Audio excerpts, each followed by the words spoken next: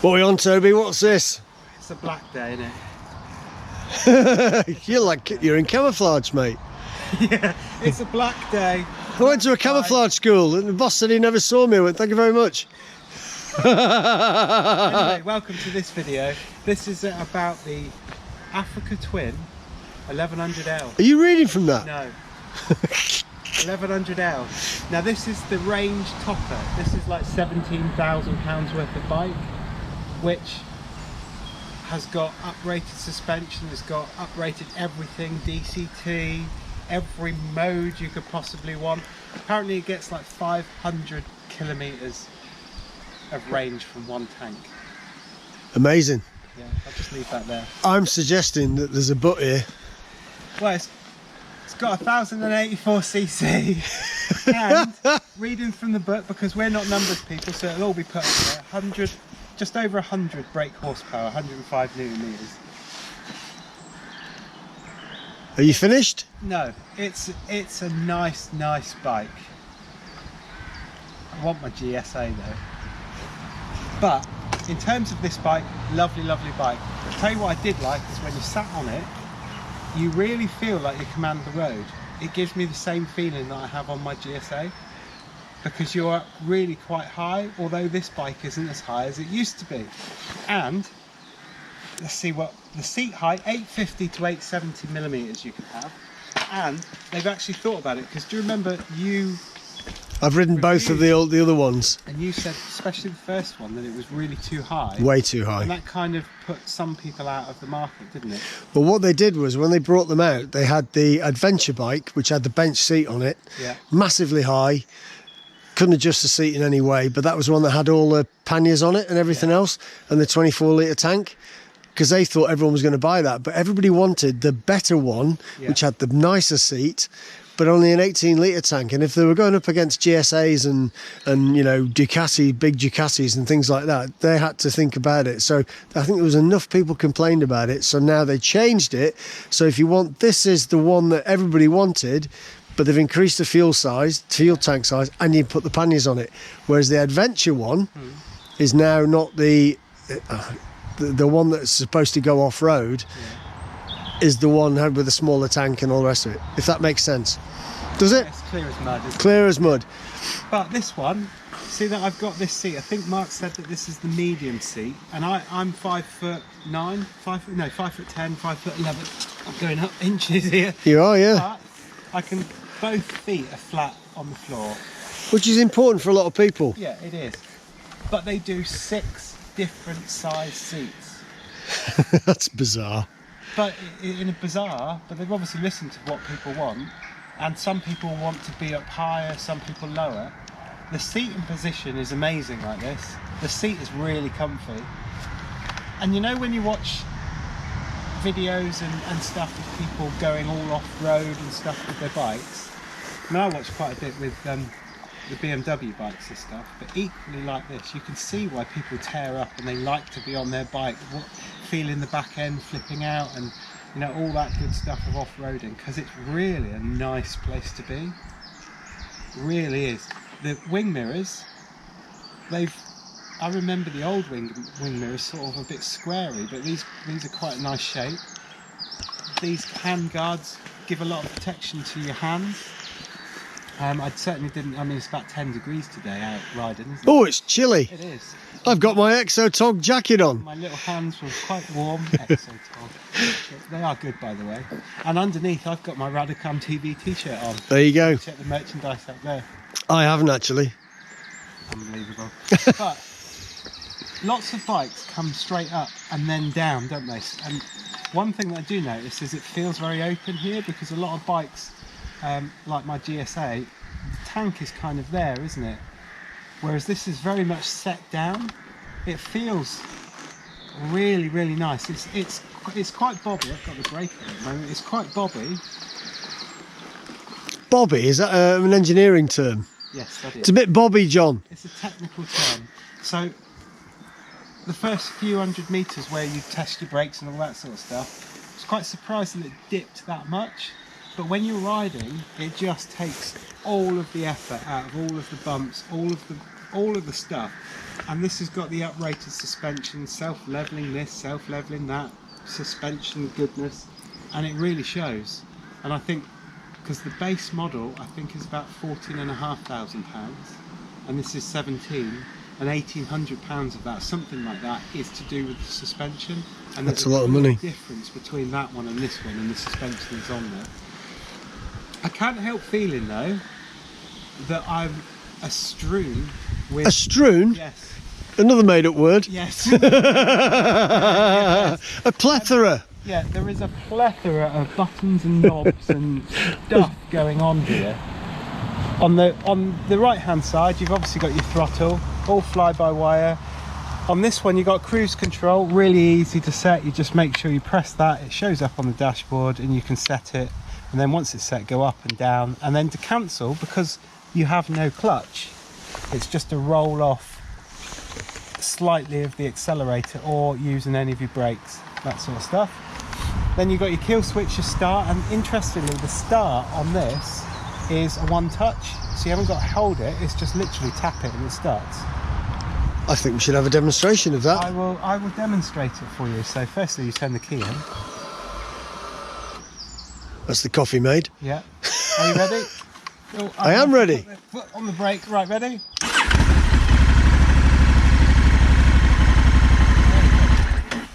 Really Brilliant. good. I like that. Not keyless ignition then. It's not keyless ignition on this one, but there are some goodies coming, so stay tuned. So we've got our gears there, our DCT control. So you've it'll be got a drive. auto and manual, neutral, drive, and the drive is much like you would have seen on the Forzas and other bikes with the DCT, but within the drive you've got 5 different settings as well. God. The trouble is with this bike, and I was riding along thinking, it's an incredible bike, the handling's awesome, the seat position is amazing, the instruments are incredible. But the one thing for me, and I'm a techie, is that it's going to take some setting up, and there is setting upon setting upon setting upon setting to get it right for you. And I don't think that should be a turn off. I think for some people that are going to buy this bike and have it as their only bike, I think that should be a really exciting prospect, because on our bikes that we've got, my bike, I've got several different riding modes, but you're kind of stuck with what those riding modes are, because the boffins at wherever have made it have decided that's what's going to happen. On this, they've decided what you should have, but then you can go into every mode and tweak it. And once you've tweaked it, I think it will be your bike. So it's a, I guess, a roundabout way of trying to say, my bike's my personal bike, but if you bought this one and you were going to stick with it, you could really personalise it to how exactly you want it. And I think that's a really big thing. So on the left hand side, Oh, got to come in there, I was nearly asleep. it looks like we're going to start cruising the Starship Enterprise, because there are so many buttons, but you've got your minus and your pluses on there, so that's your manual gear changes, and you can do that whether you're in automatic or manual. You can chuck it down or chuck it up. Horns in a better place because it's less conspicuous, is that the word? Because the indicators are in the right place and you're naturally there. And then you've got all these keys. So let's skip those for a minute and go up to the top. You've got function keys up and down. You've got telephone and Siri and all that sort of stuff. That's Siri? Yeah, that's... That'd be the last thing you want on your bike. Control. And then you've got your flashes up there and your headlight and your flashes. Back here, there is a handbrake. And the reason the handbrake, the reason I really like the handbrake is they've set it back. So that's off, and because that's normally where your clutch is, Yeah. you can't grab it.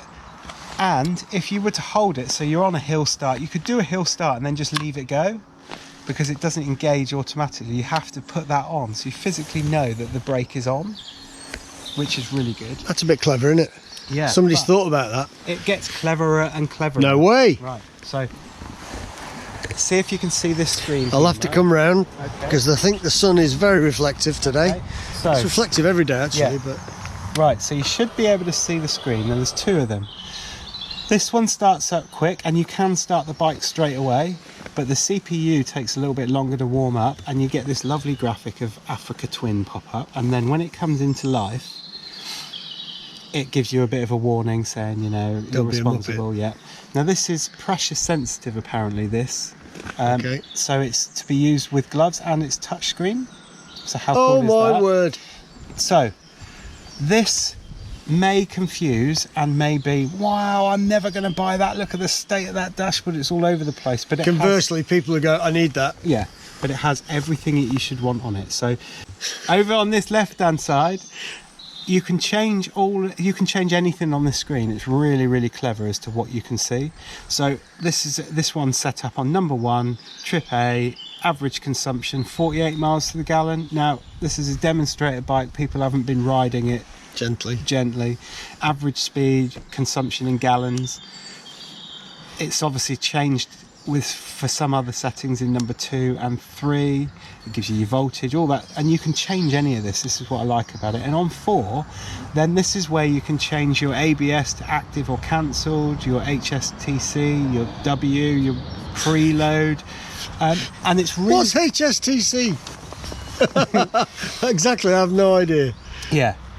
So you can change all of these things by going up and down using this little button there. Little button.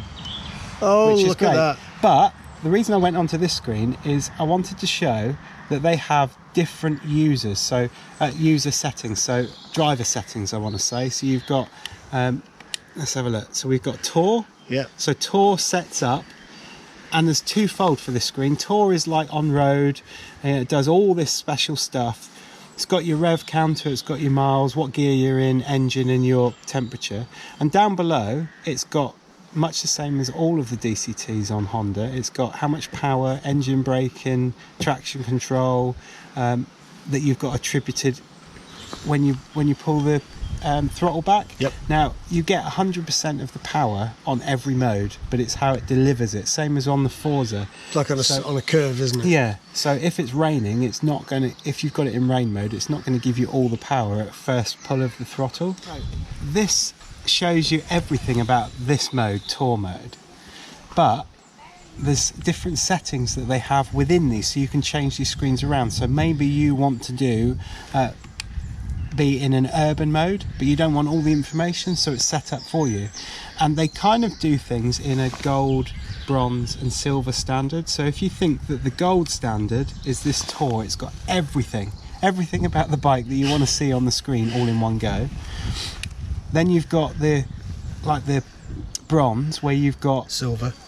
Yeah, gold, that's silver the and next bronze. One, yeah. Silver, where you've got the relevant things to that mode that you might want to see, and all of this is configurable, so you can change anything that you want to see on each one. You might want the gold standard on everything, but it's up to you.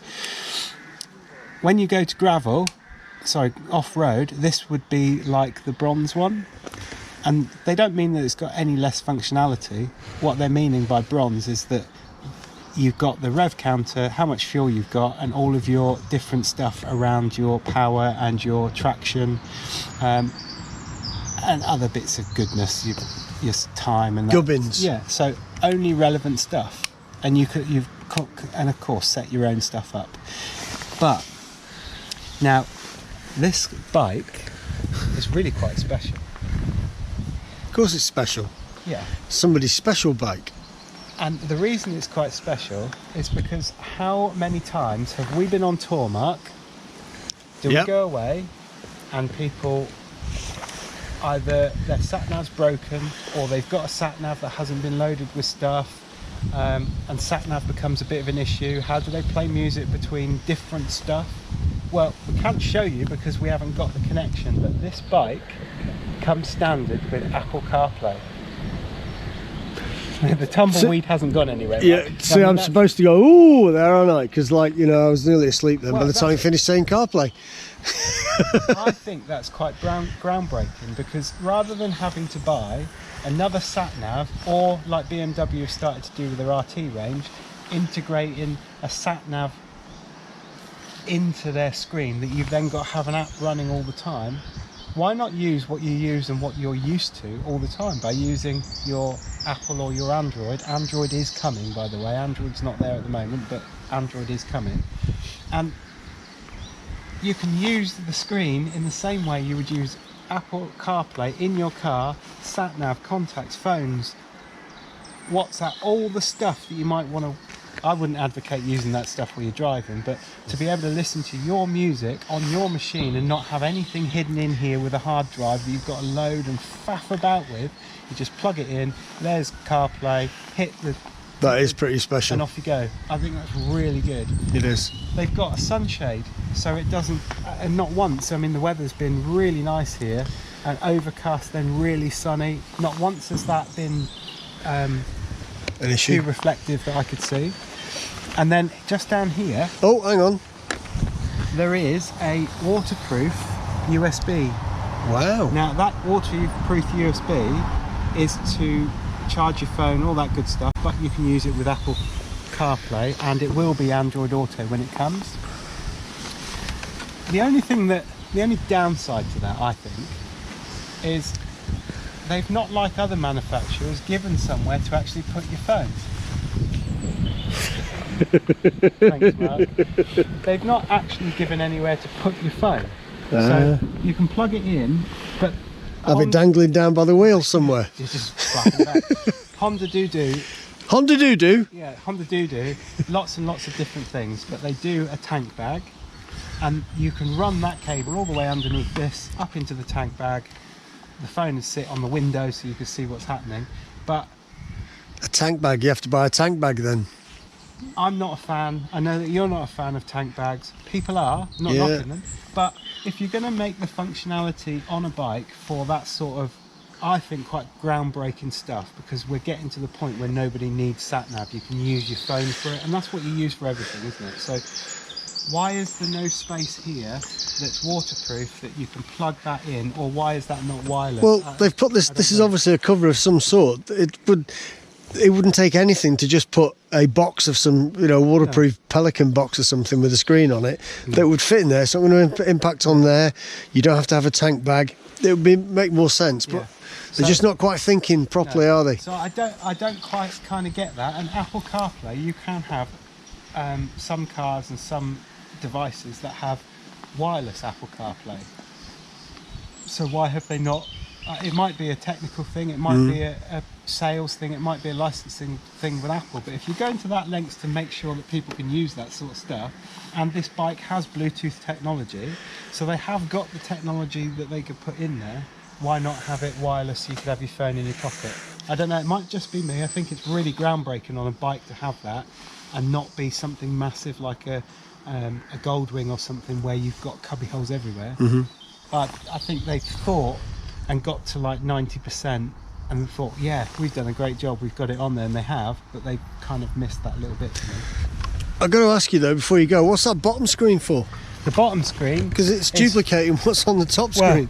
So now I was told, whether or not the legislation has changed, but there are some things that firstly, there are some things that you might want to display on there that are more important when you're off-road.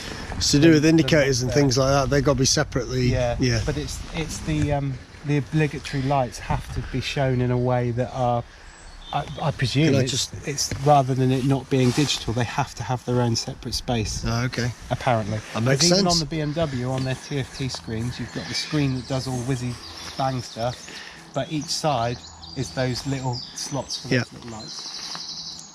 I do like it.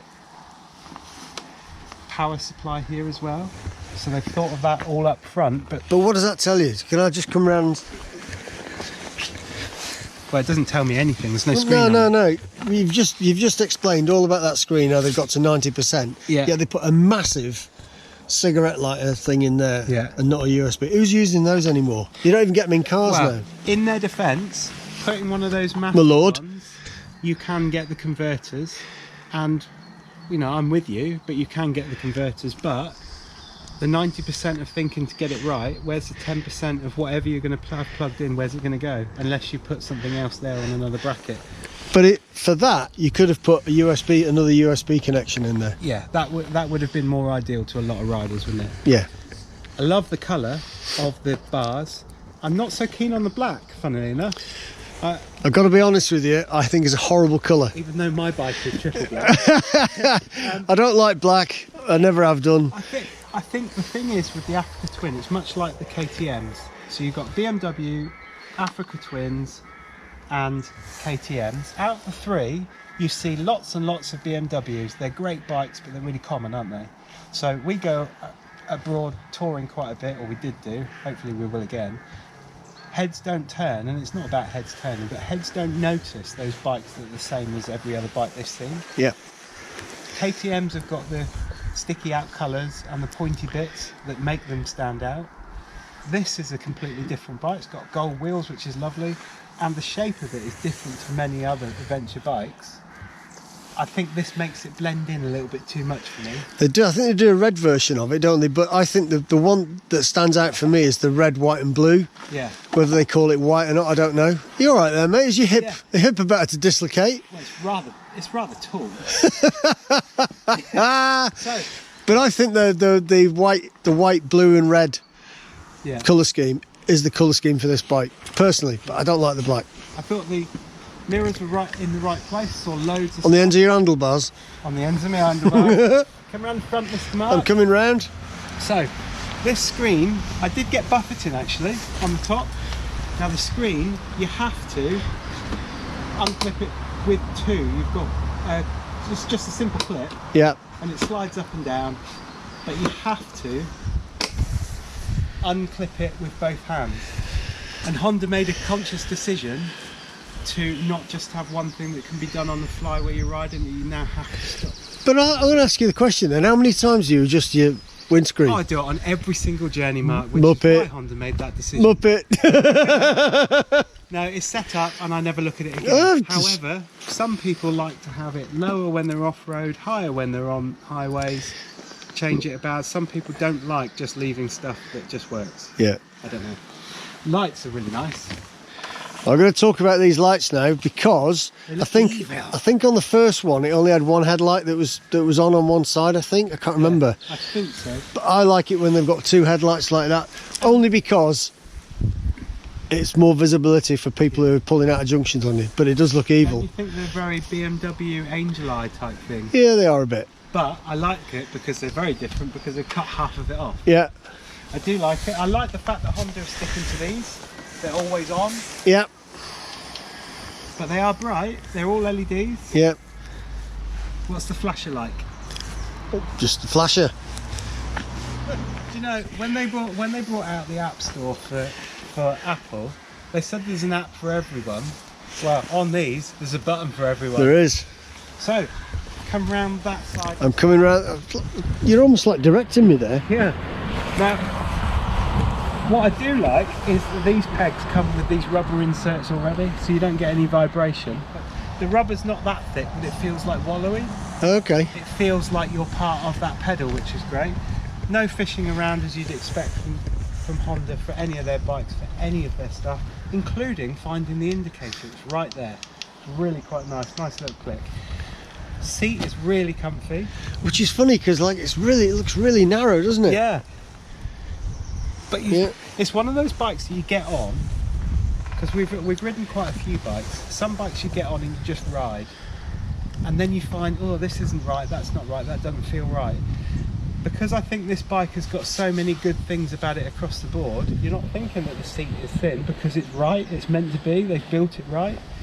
Good sized pillion seat, massive grab handle, and you can put your panniers and stuff You can get metal panniers for this as well, can't you? And I'm sure you can get a frame and stuff for it as well. Yeah. It is a chain. Don't say it like that. I have a chain. No issue with chains. Mark has changed his entire outlook on life. I haven't had to adjust mine yet, but now the wheels are round. They are round, but like with some other, on opposite of some other manufacturers, look what they're doing. They've got That is. You can actually get to these without having to struggle, because how on earth are you going to get in there and fill up with these two massive discs on there? Great wheels, and they're so nice and shiny. You weirdo! How did you find the 21-inch wheel? Because everyone goes, oh, it's a 21-inch wheel, it's no good for steering. It's really weird. They are really good for steering, any size wheel. They are. So I waited for you to pick up on that. However, the first Africa Twin I rode was the first one that you reviewed, and I rode it back. And there was a big difference between how I ride my bike and how that one went into corners. This one, I don't know what they've done, it's got to be down to that suspension and the tweaks in the engine. It feels no different than how I'm riding mine. In fact, probably say that it tips into corners a little bit better than mine. It really doesn't leave you feeling that you're going to oversteer or anything. It really is nice. It is quite a lot taller when you're riding on it. And that might come from that size of wheel being on the front, that feel of being higher, but I didn't notice anything adverse at all. I thought it was really nice. But Honda put little things on their bikes that other manufacturers don't. You know, like this is protecting all of this, all of the suspension. Lots of others kind of finish it halfway and you're thinking why. It's got a really lovely finish, and Honda are really good. I mean, look at the finish on that engine. Look at the bash plate on it. Yeah, it's just... Looks nice, the engine, doesn't it? Yeah, there's attention to detail. And it is a head turner, this bike. It is a head turner. I'm just not that... it doesn't fit with me, that black. My idea of an Africa Twin is in your face, look at me, you know, a bit colourful. I don't know, some people might like the gold and the black. Don't know. It kind of doesn't go with the red. No. But we've had people on tour with these bikes, and they're awesome to go on tour with. But I think the things that are going for this about this bike, other than other bikes, is one, it's the same as any other adventure bike. It will do everything, but this will do it in a bit better style. It's got so much technology on it that you'll be safe on the road. But I think this is one of probably the only bikes that I've ridden to date where you can truly make it your own personal bike, because the settings on my bike, Mark's bike, they're all standard settings. This one, you can have the standard settings and then you can tweak them for Toby and tweak them for Mark. And forgot one thing. Oh, hang on. God, he's running. Never seen him run that fast before. You've got a star button here? A star button. Yeah. I wonder when you were going to mention that. Let's talk about the star button. So this to do with Oscars. The star button is much like they had on the RT, where you had to scroll through everything just to get to your heated grips, but you could set that to go straight to it. This is the same principle. So if you were riding on a tour in Portugal, some of it was on the road and you're in tour mode, but then you get into gravel, you haven't then got to go, once you've set all your stuff up, you haven't then got to go in and, oh no, that's not the right setting. Set this one to your gravel, if that's what you want me to do, press it, it's now in gravel mode and you're ready to go. That is special. Yeah, so you can set that button to anything, and what I like about it is you can truly configure this bike to be the Africa Twin that fits you as the rider, and I haven't seen that in any other bike. So I could talk for hours on this bike. I'm sure you could, as long as it was not a black one. Would I buy it over mine? Well, mine's quite new to me, so no. But if I was looking for another adventure bike, I would definitely consider this one, because this is so good. So if awesome. you like the video, give it a thumbs up. If you see one of these going by, just see if it's got RiderCam written on it, because it might well be me, I don't know. Hit the subscribe button and we'll see you in the next video.